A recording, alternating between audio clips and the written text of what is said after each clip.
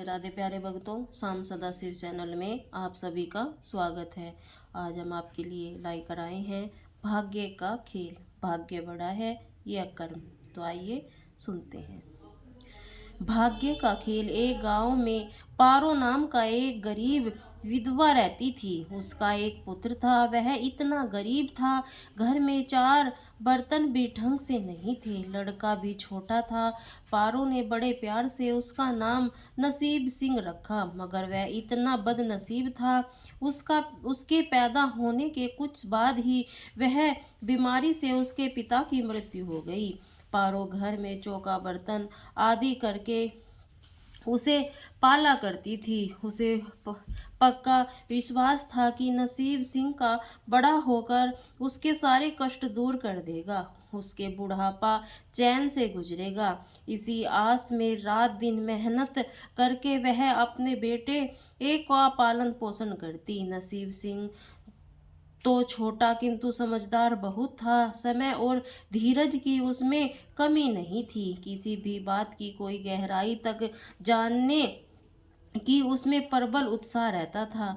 एक दिन उसके अपनी माँ से पूछा, हम कितने गरीब क्यों हैं?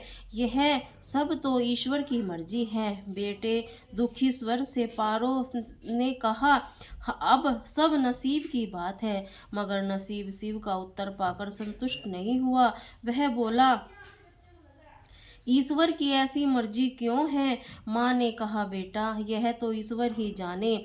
अगर ईश्वर ही जाने तो ठीक है, मैं ईश्वर से ही पूछूंगा कि हम इतने गरीब क्यों हैं। बताओ माँ, ईश्वर कहाँ मिलेगा? पारो वैसे ही परेशान रहती थी। उसकी बातों से उतना ही और परेशान कर दिया। और जंगल में रहने के लिए, लेकिन तुम वहां मत जाओ। लेकिन नसीब सिंह ने दिल ही दिल में उसी क्षण इरादा बना लिया। ईश्वर को ढूंढ रहेगा, पूछेगा कि आखिर हम इतने गरीब क्यों बनाया। ईश्वर ने जंगल की ओर चल दिया। जंगल घना और भयानक था। चलते चलते नसीब सिंह बुरी तरह थक चुका था, मगर भगवान की परछाई भी उसे दिखाई नहीं दी। वह थक हार कर पत्थर की एक शिला पर जा बैठा और सोचने लगा कि भगवान तो यहाँ कहीं न कहीं, आखिर गरीबी दूर कैसे होगी। तब संयोग वश मृत्यु लोक का एक भ्रमण करते करते शिव पार्वती उधर आ निकले। उन्होंने बच्चे को वहाँ बैठा देखा। उन्होंने बड़ा आश्चर्य हुआ। अबोध बालक इस बड़ी जंगल में बैठकर क्या कर रहा है? भगवान शिव ने बालक से पूछा, तुम कौन हो? बालक, इस जंगल में गए बैठे क्या कर रहे हो? बालक ने कहा, मैं ईश्वर को ढूंढ रहा हूँ। ईश्वर को पार्वती जी ही चौंक गई और पूछा, मगर क्यों? ईश्वर ने तुम्हें क्या काम है? मैं उससे पूछना चाहता हूँ, हमें इतना गरीब क्यों बनाया? दूसरों की तरह हम पर भी भाग्य की कृपा क्यों नहीं? तो नसीब सिंह ने निर्भरता के साथ उत्तर दिया। माँ पार्वती और भगवान शिव उस बच्चे एक ही साहस देकर बहुत ही प्रसन्न हुए। माँ पार्वती की करुणा की सागर है, उन्हें उस बच्चे पर बड़ी दया आई और भगवान शिव से मुख बर्थ होकर बोली, हे प्रभु, इस बालक का कुछ कीजिए, हमें कुछ नहीं कर सकते। भगवान शिव ने कहा, पार्वती जी, क्योंकि इसके भाग्य में यही सब लिखा है। भाग्य देवता तो लेख के अनुसार इसे ऐसा ही जीवन भोगना पड़ेगा। पार्वती मैया बोली, नहीं नहीं स्वामी, आपको कुछ करना ही होगा। माँ पार्वती हट करने लगी। जितना करो पार्वती, यदि यदि हम इसे कुछ दे भी देंगे तो वह इसके पास नहीं रुकेगा। हम वैसे ही जीवन जीने दो जैसा इस भाग्य देव चाहते हैं। पार्वती मैया बोली, नहीं प्रभु, इसकी गरीबी दूर करने के लिए आपको इस पर कृपा करनी ही होगी। जब मां पार्वती जिद करने लगी तो भगवान बोले, शंकर ने बच्चे को एक हार दे दिया। हार पाकर नसीब सिंह बहुत प्रसन्न हुआ और खुशी खुशी अपने घर को चल दिया। माँ पार्वती संतुष्ट थी कि उन्होंने एक अबोध बालक की मदद की। अब उसका दिन सुख से कटेंगे। लेकिन त्रिकालदर्शी भोले बाबा जानते थे कि यह हार उनके पास रहेगा ही नहीं। चलते चलते नसीब सिंह के पेट में अचानक दर्द उठा। वह सोच के लिए इधर उधर देखने लगा। उसने भगवान शिव का दिया हुआ हार पत्थर की एक शिला पर रख दिया और झाड़ियों के पीछे चला गया। तभी एक चील वहां से उड़ती हुई आई और उस हार को उड़ा कर ले गई। बालक, अरे मेरा हार, सब कुछ भूलकर लड़का चील के पीछे भागा, मगर कब तक वह चील का पीछा करता, उसे कैसे पकड़ता। बालक ने उस पत्थर उठाकर चील को मारा। चील को मारने की कोशिश में किंतु चील अधिक ऊंचाई पर थी और कुछ ही पलों में उसकी नजरों से ओझल हो गई। तो बहुत दुखी हुआ और रोते रोते अपने घर की ओर चल दिया। घर पहुंचकर उसने माँ को सारी बात बताई, मगर पारो को उसकी बात पर बिल्कुल भी विश्वास नहीं हुआ। उसकी बात सुनकर थोड़ी सी उदास अवश्य ही हो गई, लेकिन नसीब सिंह की माँ उदासीन को देखकर हताश नहीं हुआ। उसने मन ही मन निर्णय किया कि कल फिर वहीं जाऊंगा, भगवान शिव पार्वती को अपनी कथा सुनाऊंगा। उसका विश्वास था कि भगवान शिव उस धूल चील को अवश्य ही दंड देंगे। भगवान शिव ने पार्वती से कहा, देखो, उसके पास कल वाला हार नहीं रहा, उसे एक चील ले गई और दूसरा हार पाने वह उस चील को दंड दिलवाने की इच्छा के लिए वह लड़का आज फिर आया है। पार्वती देवी ने फिर भगवान शिव से प्रार्थना करी, आप चाहे चील को दंड दे या ना दे, किंतु उस लड़के की सहायता करने के लिए उसकी निर्धनता को दूर अवश्य ही करें। भोले बाबा ने कहा, अब हम कुछ नहीं कर सकते देवी, यदि तुम जिद करती हो तो हम ब्रह्मा से कहते हैं, वही इस बालक को कुछ सहायता करेंगे। यह कहकर भगवान शिव ने ब्रह्मा जी को बुलाया और सारी बातें बताकर आग्रह किया कि आप ही इसका कुछ मदद करें। तब ब्रह्मा जी ने लड़के को हीरे की एक अंगूठी दे दी। लड़के अंगूठी जेब में रखी खुशी खुशी अपने घर चल दिया। उसे सोच लिया कि अब वह पल के लिए भी अंगूठी को अपने से अलग नहीं करेगा। चलते चलते अचानक उसे प्यास लगी। वह सरोवर के किनारे पहुंचा। वैसे ही वह चुल्लू भरकर पानी पीने के लिए झुका, वैसे ही उसकी जेब से अंगूठी निकल पानी में जा गिरी। इससे पहले से भी वह उठाता तो वह मछली उसे निगल गई। नसीब सिंह फिर रोते रोते घर आया, माँ को सारी बात बताई।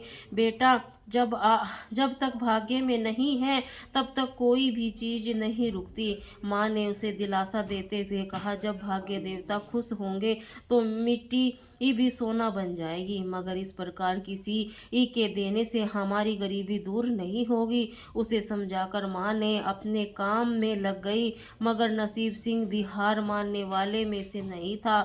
उसने मन में सोच लिया कि कल फिर जाएगा और तीसरे दिन वह फिर जा पहुंचा। शिव पार्वती उसका वह साहस देखकर बहुत खुश हुए। शिवजी ने इस बार ब्रह्मा जी के पास जाकर बात की कि वह लड़का बड़ा ही साहसी है, इसका कुछ उद्धार किया जाना चाहिए। तब ब्रह्मा जी ने सलाह दी कि हमें भगवान श्री हरि के पास जाना चाहिए, वही कोई हल बताएंगे। वह श्री हरि के पास जा पहुँचे। पूरी बात सुनकर भगवान विष्णु ने नसीब सिंह को कुछ हीरे दिए। हीरे पाकर वह बहुत खुश हुआ। इसी बार बिना कहीं रुके वह अपने सीने से अपने घर जाने का निश्चय किया, क्योंकि 2 बार उसकी चीजें खो चुकी थी। जब वह घर पहुंचा, घर पर नहीं थी। नसीब सिंह ने हीरे एक लोटे में रखकर कोने में छिपा दिए। माँ को ढूंढने निकल पड़ा। वह मन ही मन सोचने लगा, अब माँ को किसी के घर काम करने की आवश्यकता नहीं है, अब तो हम भी अमीर बन जाएंगे। उधर पीछे से चोर उसके घर में घुसे और जो भी सामान हाथ लगा लेकर भाग निकले। उस सामान में लोटा भी था जिसे हीरे रखे हुए थे। जब वह माँ को वो साथ वापस आया तो देखा कि हीरे गायब थे। इतना ही नहीं, घर का दूसरा सामान भी गायब था। अब तो उसकी माँ को बहुत गुस्सा आया। वह बोली, क्यों मुझे नई नई कहानियां सुनाकर पागल बनाता जा रहा है? सारा दिन आवारा की तरह इधर उधर भटकता रहता है और शाम को पिटाई के डर से कोई ना कोई कहानी सुना देता है। माँ की डांट सुनकर लड़का रोने लगा। वह तो केवल वही जानता था कि जो कुछ उसे बताया था वह बिल्कुल सत्य था। डांट खाकर लड़के की हिम्मत और बढ़ गई। अगले दिन वह फिर उसी स्थान पर जा पहुंचा। भगवान बोले, ए शंकर सोचने लगे कि इतनी मुसीबतें पड़ी लेकिन इसे हिम्मत नहीं हारी। इससे बहुत प्रसन्न हूँ। भाग्य देवी के पास जाकर बोले, यह लड़का बहुत ही साहसी हिम्मत वाला है। ऐसे व्यक्ति अभागा नहीं हो सकता। कुछ दे दो। आज्ञा पाकर भाग्य देवी ने नसीब सिंह को सोने का एक सिक्का दिया। सिक्का लेकर नसीब सिंह खुशी खुशी अपने घर को चला। उसके घर जाकर वो सिक्का माँ को दिया तो माँ बहुत खुश हो गई, क्योंकि उस पर भाग्य देवी की कृपा हो गई थी। सारे काम अपने आप शुभ होने लगे। दूसरे दिन मछली वाला उसके गांव में मछली लेने आया। लड़के ने वही सिक्का देकर मछली खरीद ली। उसकी माँ ने मछली का पेट चीरा तो वह अंगूठी निकली जो ब्रह्मा जी ने दी थी और उसकी जेब से तालाब में गिर गई थी। माँ ने अंगूठी संभाल कर रख दी। नसीब सिंह से बोली, जा बेटा जंगल से थोड़ी लकड़ियाँ ले आ, आज घर में ईंधन बिल्कुल नहीं है। लड़का कुल्हाड़ी लेकर जंगल की ओर चल दिया। वहां जाकर जिस पेड़ पर लकड़ी काटने के लिए चढ़ा, वहां उस चील का वो हंसला था जो उसे हार उठाकर ले गई थी। लड़के ने देखा कि चील कहीं आसपास नहीं थी। नसीब सिंह ने अपना हार उठा लिया और जो भी थोड़ी बहुत लकड़ी पेड़ से आसपास पड़ी थी उठाकर घर की ओर चल दिया।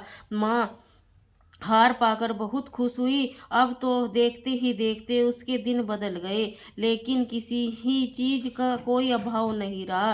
फिर ईश्वर की ऐसी कृपा हुई कि जो चोर उसके घर से हीरे चुरा कर ले गए थे, उन्हें सपने में महादेव ने चेतावनी दी कि हीरे उस लड़के के घर से चुरा कर लाए हो वह तुरंत वापस कर दो, वरना तुम्हारा सर्वनाश कर दूंगा। चोर उसी दिन हीरे उसके घर दे गए। अपनी गलती के लिए माफी भी मांगी। इसी प्रकार उस अभागी का भाग्य चमक उठा। अब उसके घर में किसी चीज की कमी न थी और उनकी गरीबी सदा के लिए समाप्त हो गई। जय श्री महाकाल। जय मेरे भोले बाबा। हर हर